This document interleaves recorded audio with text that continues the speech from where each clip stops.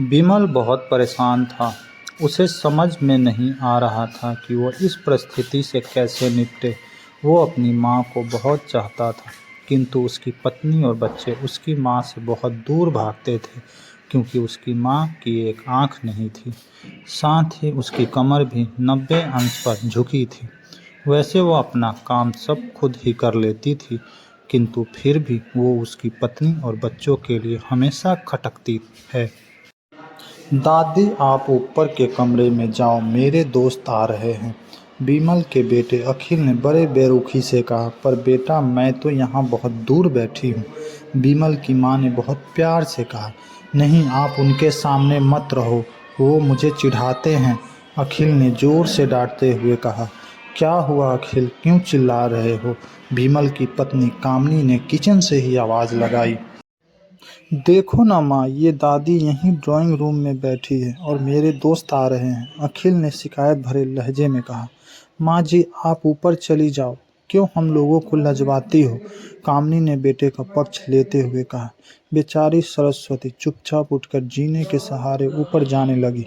कमर झुकी होने के कारण उन्हें पूरे ऊपर चढ़ने में बहुत परेशानी हो रही थी, किंतु वो पूरी ताकत से ऊपर के एक अकेले कोने वाले कमरे में जाकर बैठ गई।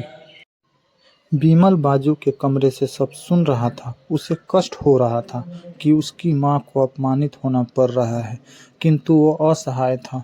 अगर वो कुछ कहता है तो पत्नी और बच्चे उसका विरोध करने लगते हैं। दूसरे उनके तर्क भी सही लगते हैं। चूंकि वह एक प्रशासनिक अधिकारी था, उसका सामाजिक स्तर बहुत ऊंचा था।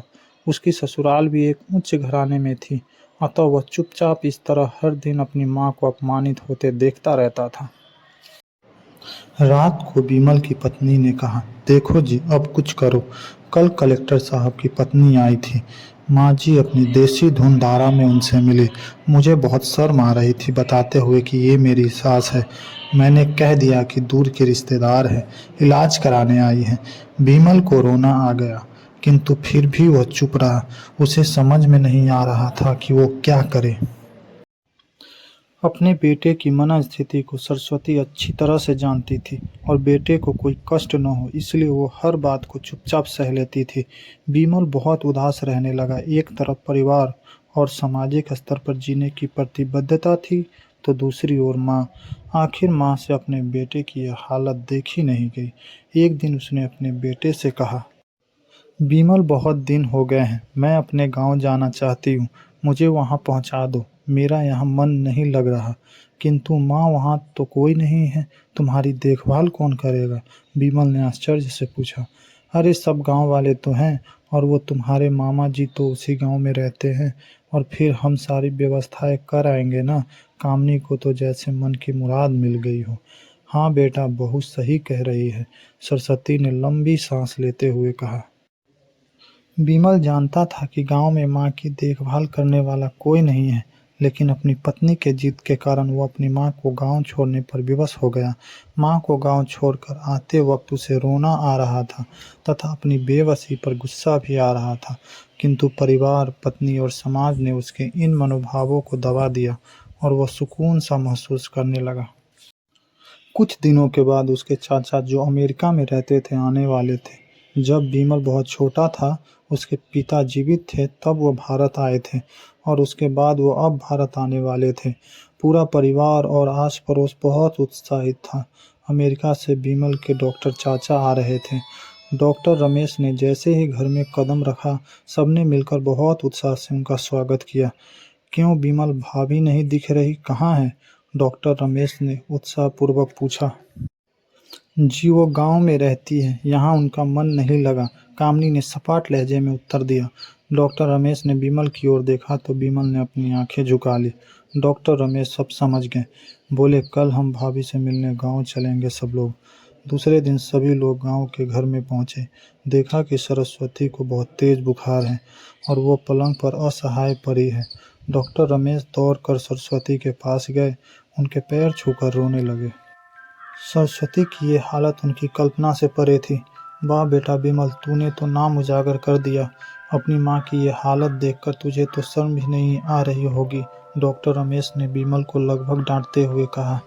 नहीं देवर जी, बिमल का कोई दोष नहीं है। मैं खुद गांव आई थी। सरस्वती ने अपने बेटे का बचाव किया। मुझे सब पता चल गया। भाभी, आप चुप रहो। क्यों बहू, तुम्हें अपनी सास की क्रूरता पसंद नहीं है? समाज में तुम्हें नीचा देखना पड़ता है ना? डॉक्टर रमेश ने कामनी की ओर व्यंग से देखा। कामनी निरुत्तर होकर विमल को देखने लगी। आज तुम जिस सामाजिक स्तर पे हो, वो इन्हीं के संघर्षों की देन है। और बेटा विमल, तुम्हें शायद मालूम न हो कि बचपन में जब तुम 1 साल के थे, तब छत से नीचे गिरने के कारण तुम्हारी एक आंख फूट गई थी और तुम्हारी रीढ़ की हड्डी में भी समस्या थी। तब तुम्हारी इस क्रूप माँ ने अपनी एक आंख और एक बोन मेरो तुम्हें देकर इतना सुंदर स्वरूप दिया है। कामनी बेटा, इतने सालों तक संघर्ष करके बेटे को प्रशासनिक अधिकारी बनाने वाली इस संघर्षशील औरत को तुम लोगों ने यह दशा कर दी। तुम्हें ईश्वर कभी माफ नहीं करेगा। डॉक्टर रमेश की आंखों से आंसू जलधारा बह रही थी। अब भाभी, आप मेरे साथ अमेरिका जाएंगे। यहाँ इन स्वार्थी लोगों के बीच नहीं रहेंगे। डॉक्टर रमेश ने सरस्वती से कहा। विमल को तो काटो तो खून नहीं था। डॉक्टर रमेश जो उसके चाचा थे, उन्होंने जो राज बताया, उसके बाद तो विमल को यही लग रहा था कि उससे ज़्यादा पापी इंसान इस दुनिया में कोई और ही नहीं है। वह दौड़ता गया और माँ सरस्वती के कदमों से लिपट गया। माँ, मेरा अपराध अक्षम्य है। मैं जानबूझकर चुप्पी साधे रहा, आपका अपमान करवाता रहा। अब सिर्फ आप ही उस घर में मेरे साथ रहेंगी और कोई नहीं। विमल ने अनगे दृष्टि से अपनी पत्नी और बच्चों को देखा। कामनी को भी बहुत पश्चाताप हो रहा था, किंतु उसकी हिम्मत नहीं हो रही थी कि वह सरस्वती से आंख मिलाए। सरस्वती ने कामनी की मनोस्थिति को समझकर उसको पुचकारते हुए अपने पास बुलाया और विमल को डांटते हुए कहा, खबरदार, जो मेरी बहू को मुझसे अलग करने की कोशिश की तो तुझे ही घर से बाहर निकाल दूंगी। कामनी और बच्चों ने सरस्वती के पैर पड़ते हुए अपने व्यवहार पर माफ़ी मांगी और माँ के हृदय ने सबको माफ़ कर दिया। कहानी अच्छी लगी हो तो लाइक करें और सब्सक्राइब करें।